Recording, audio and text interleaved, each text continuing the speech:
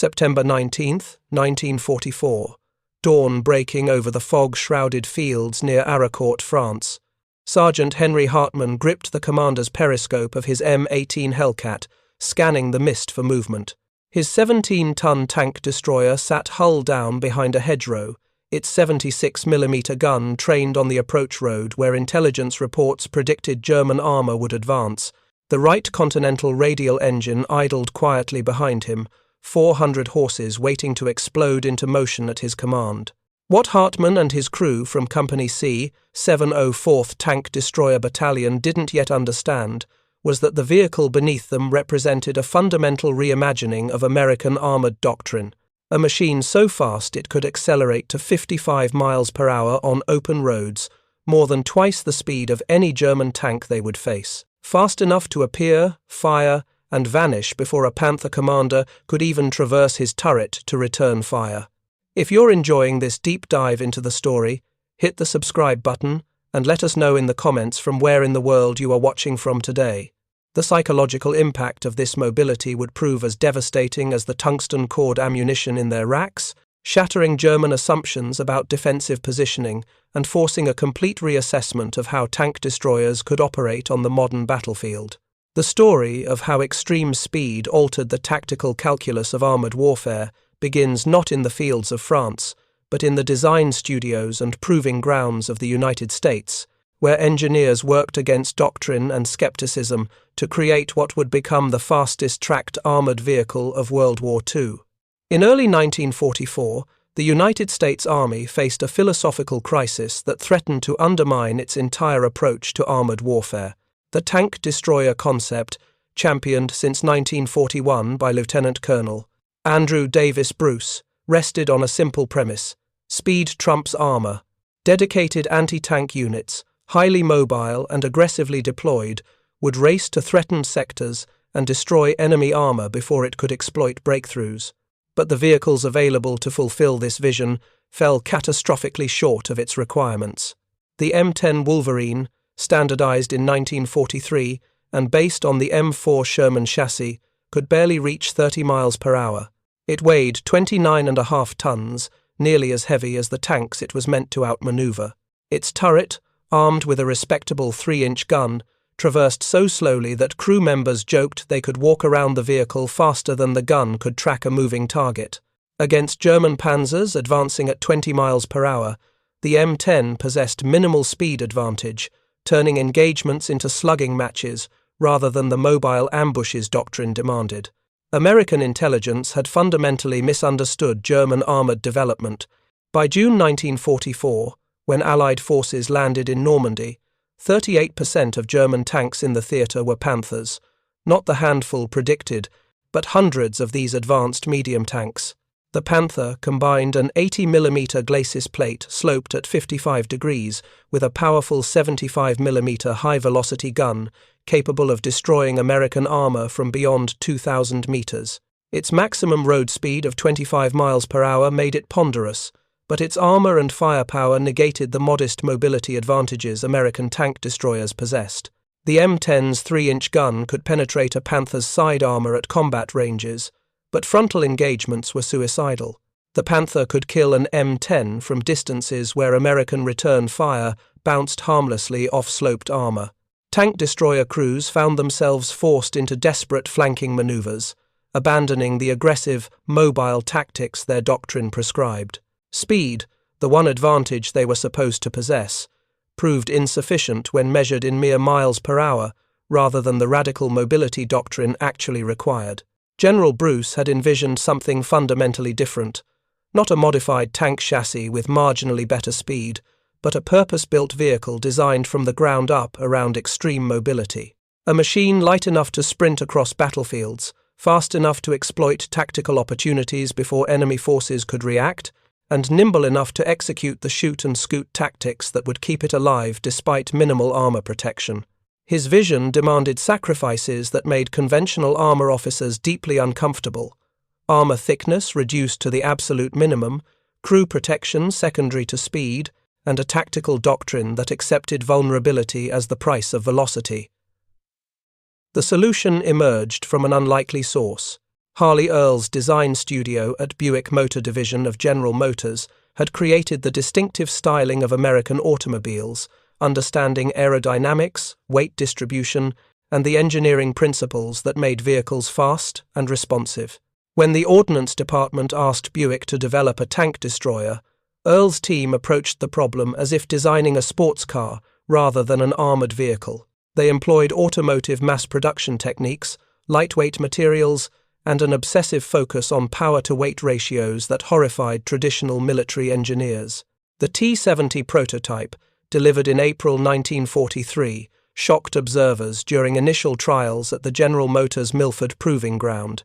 On a paved, banked oval test track typically used for evaluating passenger cars, the prototype reached speeds that seemed physically impossible for a tracked vehicle. Test drivers, accustomed to the lumbering pace of existing tanks, found themselves gripping controls as the 17-ton machine accelerated like nothing they had experienced. The Continental R-975 radial engine, the same power plant used in Sherman tanks, produced 400 horsepower. But where a Sherman weighed 30 tons, the T-70 weighed barely 17, creating a power-to-weight ratio of over 23 horsepower per ton compared to the Sherman's 13. The Torquematic automatic transmission, a technological innovation borrowed from automotive engineering, eliminated the need for manual gear changes that slowed acceleration. The driver could focus entirely on steering and throttle control, while the transmission seamlessly shifted through 4 forward gears, allowing the vehicle to maintain optimal power delivery during rapid maneuvers.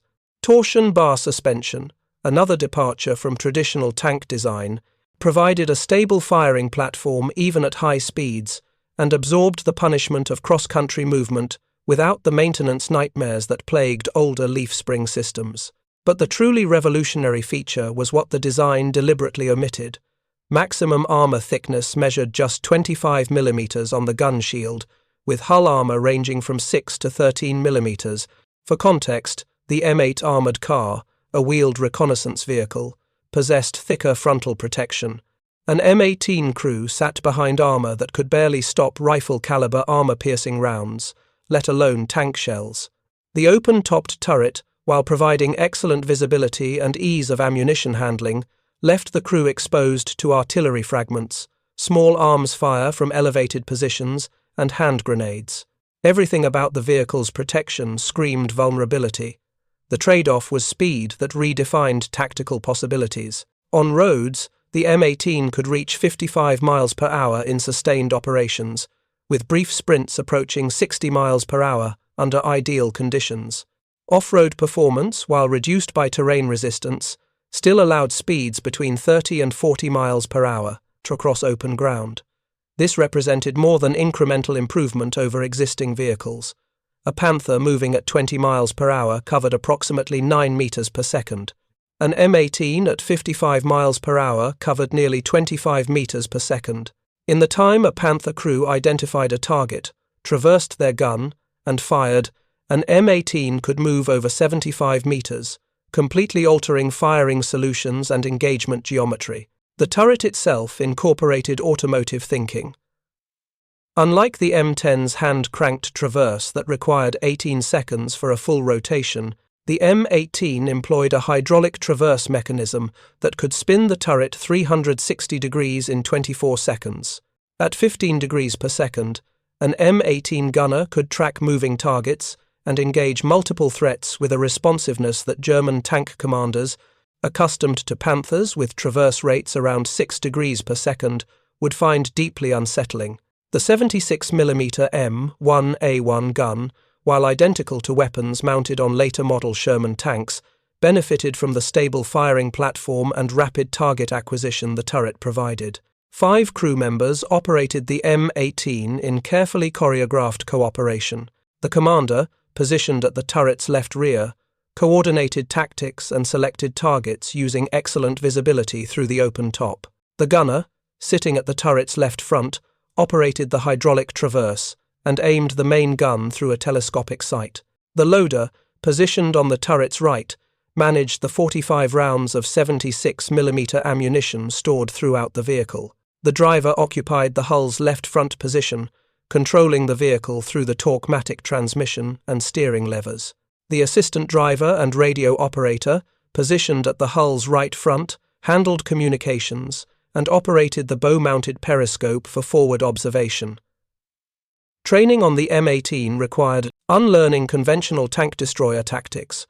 Crews accustomed to the M10's methodical positioning and deliberate movements found the Hellcat demanded a completely different tactical mindset. Speed became both weapon and armor. Rather than seeking hull-down positions and waiting for enemy armor to enter killing zones, M18 crews learned to exploit mobility for offensive action. They practiced rapid positioning, firing on the move to bracket targets, and immediate displacement to alternate firing positions before enemy return fire could arrive. The vehicle's acceleration allowed tactics impossible with heavier tank destroyers, sprinting across exposed ground to reach advantageous positions, executing high-speed flanking maneuvers that brought guns to bear on enemy side armor, and breaking contact from unfavorable engagements before sustaining damage. The 704th Tank Destroyer Battalion received their M18s in July 1944 and immediately recognized they possessed something extraordinary. Veterans of Italian campaigns where M10s had struggled in restricted terrain found the Hellcat transformed their tactical options. The battalion's reconnaissance company used M18s to probe enemy positions, relying on speed to escape when encountering superior forces. Gun companies practiced coordinated attacks, where multiple Hellcats would converge on enemy positions from different directions, using their mobility to create overlapping fields of fire and confuse defenders about the size and location of American forces. But institutional resistance remained strong. Lieutenant General Omar Bradley, commanding 1st Army, resisted converting tank destroyer battalions to M18s before D-Day. The concerns were legitimate from a conventional perspective. The 76mm gun struggled against Panther frontal armor at combat ranges. The minimal armor made M18s vulnerable to everything larger than small arms. The open turret created crew exposure issues in close combat. The radical design philosophy, prioritizing speed over protection, contradicted decades of armor doctrine emphasizing survivability. Bradley's staff worried that sending thinly armored vehicles against Panthers and Tigers would result in catastrophic casualties for minimal tactical gain. The German perspective on American tank destroyers in summer 1944 reflected confidence bordering on arrogance. Panzer commanders knew American armor relied on numerical superiority rather than technical excellence. Sherman tanks posed threats primarily through overwhelming numbers and coordinated combined arms tactics, not individual superiority. M10 tank destroyers, while mounting respectable guns, were slow enough that Panthers could dictate engagement ranges and positioning. German defensive doctrine emphasized using superior optics, longer-range guns, and prepared positions to destroy American armor before it could close to effective ranges. Panthers positioned hull down could engage M10s from 2,000 meters, while remaining effectively invulnerable to return fire beyond 800 meters. German intelligence had identified the M10's characteristics through combat experience and technical examination of captured vehicles. They understood its limited speed, hand-cranked turret traverse, and the tactical patterns American crews employed. Panzer crews trained specifically against M10 capabilities, learning optimal positions to engage them and the distances at which American guns became dangerous. The Germans assumed they understood American tank destroyer doctrine and the vehicles that would implement it. What German intelligence did not know in September 1944 was that a new American tank destroyer had begun arriving in France, a vehicle so different from the M10 that it invalidated German tactical assumptions about how American tank destroyers operated. A machine fast enough to appear behind German positions before defenders could react, to engage and disengage before return fire arrived, and to exploit the one weakness Panthers and Tigers could not compensate for, their inability to quickly reposition or pursue fast-moving targets. 3 tank destroyer battalions equipped with M18s came ashore in Normandy by late July 1944. The 603rd, 704th, and 705th All three were assigned to Lieutenant General George Patton's Third Army, whose aggressive operational style matched perfectly with the Hellcats' capabilities. Patton's armoured spearheads, racing across France after the Normandy breakout, needed mobile anti-tank support that could keep pace with advancing Sherman columns. The M18's speed made it ideal for Patton's war of movement, able to support tank columns, respond rapidly to unexpected enemy resistance, and exploit breakthroughs before German forces could establish new defensive lines. But the M18's true capabilities remained theoretical until they encountered German armour in circumstances that allowed the Hellcat to employ its speed advantage decisively. That test came in mid-September 1944, when Patton's eastward advance threatened to penetrate into Germany itself, triggering a German counter-offensive designed to halt Third Army's momentum and demonstrate that American armour could still be stopped by properly employed Panthers. The stage was set at Arracourt, where American forces had seized a bridgehead over the Moselle River, threatening the industrial heartland of the Reich. German High Command assembled two newly formed Panzer brigades, the 111th and 113th, equipped primarily with factory-fresh Panthers crewed by inexperienced soldiers. On paper, the German advantage appeared overwhelming, approximately 150 tanks against roughly 50 American Shermans and M18s from 4th Armoured Division's Combat Command, A. German planners anticipated rapid victory. Panther's technical superiority should compensate for crew inexperience, and American forces, extended far from supply bases, would lack the resources to sustain prolonged combat. They were catastrophically wrong. The Battle of Arracourt would demonstrate that speed, properly employed by trained crews in purpose-built vehicles, could neutralize technical advantages in armor and firepower. It would show that American industrial capacity had created not just a faster tank destroyer, but a weapon system that fundamentally altered tactical possibilities. And it would teach German tank commanders a lesson they had no time left in the war to fully absorb. When the enemy can appear anywhere, strike decisively, and vanish before you can respond, superior armor becomes a trap rather than an advantage. The morning of September 19th began with fog so thick that visibility dropped below 100 meters. German reconnaissance, already inadequate in the hastily assembled Panzer brigades, became impossible. The Panthers advanced blindly into terrain held by American forces who knew the ground and had established defensive positions overnight.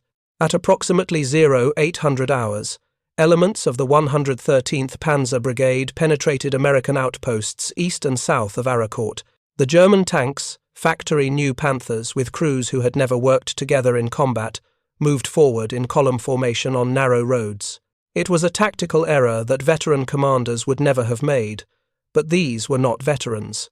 Captain Kenneth Lamison's Company C, 704th Tank Destroyer Battalion, held positions along key approaches to Arracourt. His M18 crews had been briefed on their ammunition loadout. Standard M62 armor-piercing capped rounds for most targets, and precious few M93 HVAP rounds for Panthers at longer ranges. But in the fog, long-range gunnery was impossible. The battle would be decided at close quarters, where the Hellcats' advantages multiplied. A section of Lamison's M18s occupied positions south of the village, engines idling, crews alert for the sound of approaching armor through the mist. The first Panther materialized from the fog barely 75 meters away, emerging like a ghost onto the road where American guns were already trained. At this range, all the Panther's advantages evaporated. Its superior long-range optics meant nothing when visibility measured in meters. Its sloped frontal armor, designed to defeat shells at 1,000-meter ranges, faced guns firing at nearly point-blank distance. Its powerful 75mm gun, capable of destroying American armor from 2,000 meters, never had time to fire. The American gunner, already tracking the sound of the Panther's engine, squeezed his trigger the instant the target became visible. If you find this story engaging, please take a moment to subscribe and enable notifications. It helps us continue producing in-depth content like this. The 76mm armor-piercing round, traveling at nearly 800 meters per second, struck the Panther's gun mantlet at an angle that allowed penetration. The tungsten cord projectile punched through the curved cast steel and detonated the ammunition stored directly beneath the gun breech. The Panther exploded, its turret lifting slightly from the force of secondary detonations as ready ammunition cooked off. Flames erupted from hatches as the crew, those who survived the initial penetration, abandoned the burning vehicle. 2 more Panthers emerged from the fog in quick succession, following their leader into the killing zone. Both were destroyed within seconds, their crews having no time to identify targets, traverse guns, or execute any defensive maneuvers. The M18 that destroyed them was already moving, its driver accelerating the vehicle backward into alternate positions before German survivors could report American locations. Throughout the morning of September 19th, similar engagements erupted across the Arracourt sector. The fog that hindered German reconnaissance became a tactical advantage for American defenders who used it as concealment. M18s, positioned in carefully selected ambush sites, engaged Panthers at ranges where speed and quick reaction time mattered more than armor thickness. The German tactical deployment proved disastrous. Advancing in column without proper reconnaissance, Panther crews repeatedly exposed their thinner side armor to American flanking fire. Near Arracourt's command post, a platoon of M18s from Lieutenant Edwin Leiper's section intercepted a company of Panthers advancing through the mist. Leiper spotted a gun muzzle emerging from fog just 30 feet away, deployed his platoon instantly, and in the next 5 minutes his 3 Hellcats destroyed 5 Panthers from the 113th Panzer Brigade. The Germans, expecting to encounter slow-moving American tank destroyers that they could engage at distance, instead found themselves in close-quarters combat, where American crews held every advantage. Quick reactions, familiarity with local terrain, and vehicles capable of rapid repositioning overwhelmed German technical superiority. One M18 commanded by Sergeant Henry Hartman became legend that morning. As Panthers advanced blindly through the fog, Hartman's crew methodically engaged them one after another. 6 German tanks fell to Hartman's gun, most of them Panthers whose crews died without clearly identifying the American positions firing on them. The engagement demonstrated what properly employed M18s could achieve. Rapid target acquisition through superior crew visibility in the open-topped turret, quick gun laying using the hydraulic traverse, accurate fire from a stable platform, and immediate displacement to alternate firing positions using the vehicle's acceleration. The speed that allowed these tactics manifested in ways German tank commanders found incomprehensible. A Panther crew, spotting an M18 and attempting to engage, would traverse their gun at 6 degrees per second toward the target. But in the seconds required to lay the gun, the Hellcat accelerated to 30 miles per hour and moved completely out of the firing solution. By the time the Panther fired, the M18 occupied a position 50 meters from where it had been spotted, and the German shot passed harmlessly through empty air. Before the Panther crew could reload and reacquire the target, the M18's 76mm gun spoke, placing rounds into the Panther's thinner side armor from an unexpected angle. The M18's tactical employment at Arracourt followed patterns that would become standard for Hellcat units throughout the war. Multiple tank destroyers coordinated their movements to create crossfire positions, ensuring that Panthers engaging one Hellcat exposed themselves to fire from others. When Panthers attempted to advance, M18s withdrew at speeds the German tanks could not match, drawing them into pre-registered artillery zones or into kill zones where more American armor waited in ambush. When opportunities arose to strike at exposed flanks or rear armor, Hellcats raced forward at 55 miles per hour, fired, and retreated before German infantry supporting the Panthers could deploy anti-tank weapons. By noon on September 19th, as fog lifted, American forward observers could coordinate artillery fire with defending tank companies.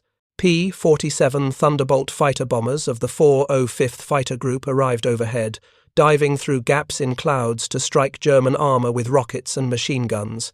The combination of American advantages became overwhelming. Panthers possessed superior individual capabilities as weapon systems, but American forces employed combined arms tactics as standard doctrine. German tanks advanced without adequate artillery support, without air cover, without infantry to clear defensive positions, without reconnaissance to identify threats. American forces coordinated armor with artillery, air power, infantry, and tank destroyers in an integrated system that overwhelmed German technical advantages through systematic application of multiple capabilities simultaneously. The psychological impact on surviving German crews proved as damaging as physical losses. Panther commanders had been trained to believe their tanks could not be penetrated frontally by American fire at combat ranges. Intelligence briefings emphasized Sherman inadequacy and M10 limitations.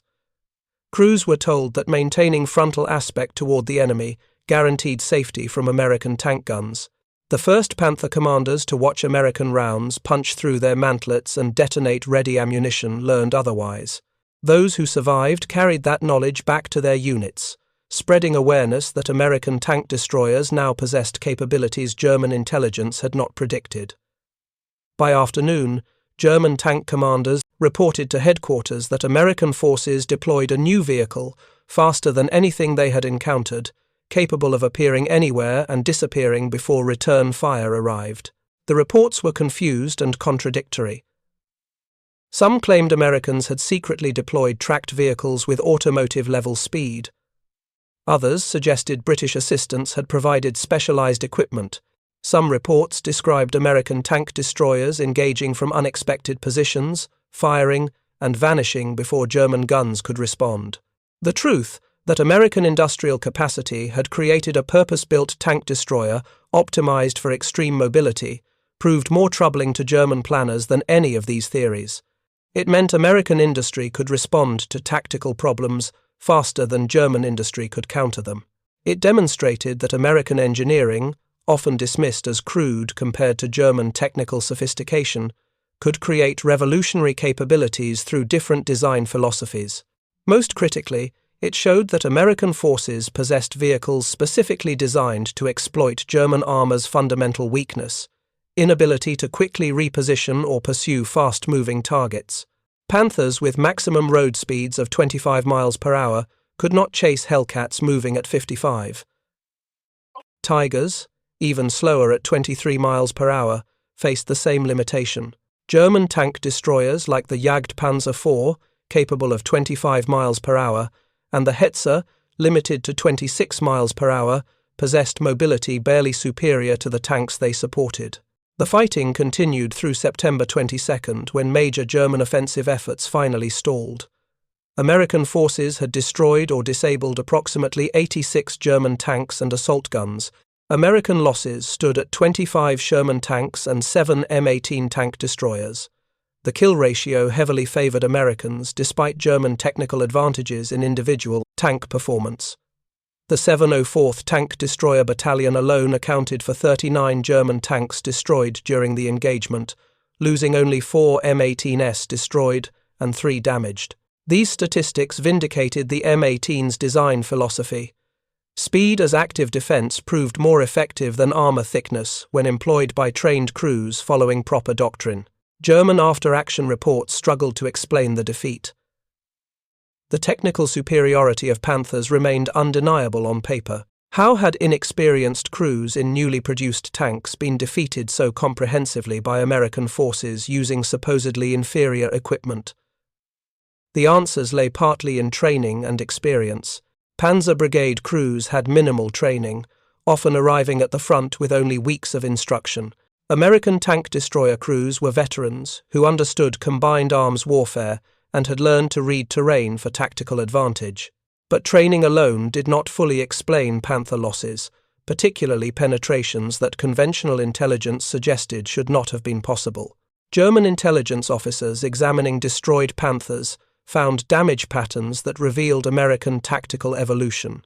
Entry holes through gun mantlets indicated Americans had identified this vulnerability and trained crews to target it specifically. Flank penetrations demonstrated American willingness to maneuver aggressively for advantageous shot angles rather than accepting frontal engagements on German terms. The frequency of side and rear armor hits suggested American forces possessed vehicles mobile enough to execute flanking maneuvers before German crews could react.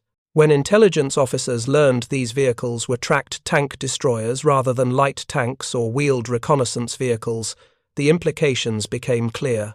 American tank destroyer doctrine had evolved beyond static defensive employment into aggressive, mobile tank hunting. The impact of M18 capabilities extended beyond immediate tactical results at Arracourt. As word spread through American armored units that Hellcats could engage Panthers successfully under favorable circumstances, tank destroyer crews became more willing to seek combat rather than waiting in defensive positions. The psychological paralysis that affected some units during difficult Normandy fighting began dissipating. Crews still respected Panther capabilities, but no longer felt helpless against them. This shift in morale proved crucial for subsequent operations.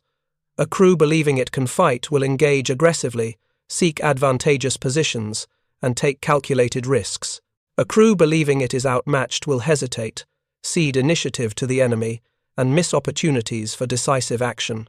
The M18's finest hour came not in the autumn fields of France but in the frozen forests of Belgium during the Battle of the Bulge. When German forces launched their surprise offensive through the Ardennes in December 1944, they deployed hundreds of Panthers and Tigers in a winter landscape that favored defensive fighting and limited Allied air superiority due to poor weather. American forces, caught off guard by the offensive's timing and strength, fought desperately to contain German penetrations and protect critical road junctions that controlled movement through the Ardennes terrain.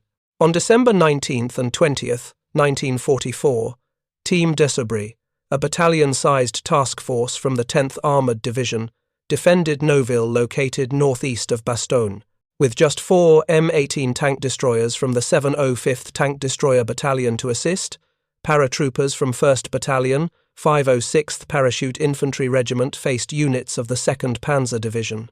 The German mission: seize key highways, capture fuel dumps, and maintain momentum of the offensive that Adolf Hitler had staked Germany's last reserves upon. The M18s at Noville demonstrated shoot and scoot tactics under the most difficult conditions imaginable. In snow-covered terrain with limited visibility, against experienced German armor crews, the Hellcats employed mobility as their primary defense. When Panthers attempted to advance on Noville, M18s would fire from prepared positions, then immediately displace at high speed to alternate locations before German return fire arrived. The Panthers, attempting to track and engage the American tank destroyers, found themselves shooting at positions Hellcats had already vacated. Meanwhile, American tank destroyers reappeared elsewhere on the battlefield, firing from unexpected angles and creating confusion about American force size and dispositions. A Military Channel historian later credited the M18 tank destroyers with 24 kills during the Noville engagement, including several Tiger tanks. The historian noted that the Hellcats' ability to shoot and scoot at high speed, then reappear elsewhere on the battlefield, confused and slowed the German attack. The 2nd Panzer Division, expecting to brush aside limited American resistance and continue toward their objectives, instead found themselves engaged in a grinding battle against defenders who refused to be pinned down or destroyed. The attack stalled, leaving Americans in control of Noville overnight and disrupting German operational timelines at a critical moment. The tactical pattern repeated throughout the Battle of the Bulge. M18 units, employed according to proper doctrine, achieved remarkable results against German heavy armor. On Christmas Day 1944, when the 15th Panzer Division attacked positions held by the 101st Airborne Division near Bastogne, M18s from the 705th helped hold German forces at bay. That single day, Hellcats were credited with destroying 27 German tanks while losing only 6 M18s. The kill ratio, consistently favorable even against Germany's best equipment and most experienced crews, validated the design philosophy that speed and mobility could substitute for armor protection when crews were properly trained and tactically employed. The German perspective on American tank destroyers underwent fundamental revision during the Ardennes offensive. Initial intelligence assessments, based on encounters with M10s and towed anti-tank guns, had suggested American tank destroyer forces were slow-reacting and tactically inflexible. The M18 shattered those assumptions. German commanders found American tank destroyers appearing in unexpected locations, engaging from positions that should have been impossible to reach so quickly, and disappearing before counterattacks could develop. Panther and Tiger crews, accustomed to dictating engagement terms through superior firepower and protection, discovered opponents who refused to fight on German terms. One critical advantage the M18 possessed became apparent during sustained combat: maintenance and reliability. The Continental R975 radial engine, proven in thousands of Sherman tanks, required minimal specialized maintenance. The Torque-matic transmission, while sophisticated, used automotive engineering principles that mechanics understood. The torsion bar suspension tolerated battlefield damage without catastrophic failures. M18s that took hits to non-critical components could often be repaired and returned to action within hours. German Panthers, by contrast, suffered from chronic mechanical unreliability. The complex final drive system failed frequently under combat stress. The interleaved road wheel design, while providing excellent ride quality, became packed with mud and froze solid in winter conditions, immobilizing vehicles without enemy action. By early 1945, the strategic picture had shifted decisively and irreversibly in Allied favor. American and British forces prepared to cross the Rhine. Soviet armies advanced from the east, having shattered German defensive lines in massive winter offensives. Germany's industrial capacity collapsed under combined strategic bombing, loss of territory containing critical resources, and severe shortages of fuel. Panther production, which reached 3,900 units in 1944, fell sharply in early 1945. Even when Panthers were produced, fuel shortages often kept them immobile. German tank units in the final months frequently abandoned vehicles not because of combat damage, but because they had no fuel to operate them. The M18's service continued through the final collapse of German resistance. Tank Destroyer Battalions that had fought across France, through the Ardennes, and into Germany itself, found themselves increasingly employed as mobile fire support rather than dedicated anti-tank units. With German armor becoming rare on battlefields, M18s used their mobility to support infantry advances, engage fortifications, and provide reconnaissance. The speed that made them deadly tank destroyers proved equally valuable for rapid exploitation of breakthroughs and pursuit of retreating German forces. The post-war analysis of the M18 Hellcat revealed a weapons system that succeeded despite fundamental design compromises. Historian Stephen Zaloga characterized the overall design as poorly balanced, noting that the Hellcat's combat record was attributable to crew training and dedication rather than the vehicle's conception. The criticism had merit. The 76mm gun, while effective against most German armor from favorable angles, struggled against Panther frontal armor at combat ranges. The minimal armor protection made M18s vulnerable to everything from heavy machine guns to tank guns. The open-topped turret exposed crews to artillery fragments and small arms fire, in direct comparison to more balanced designs like the M36 Jackson with its 90mm gun and heavier armor. The M18 represented an extreme design philosophy. Yet the M18 achieved the highest kill-to-loss ratio of any American tank or tank destroyer fielded in World War II.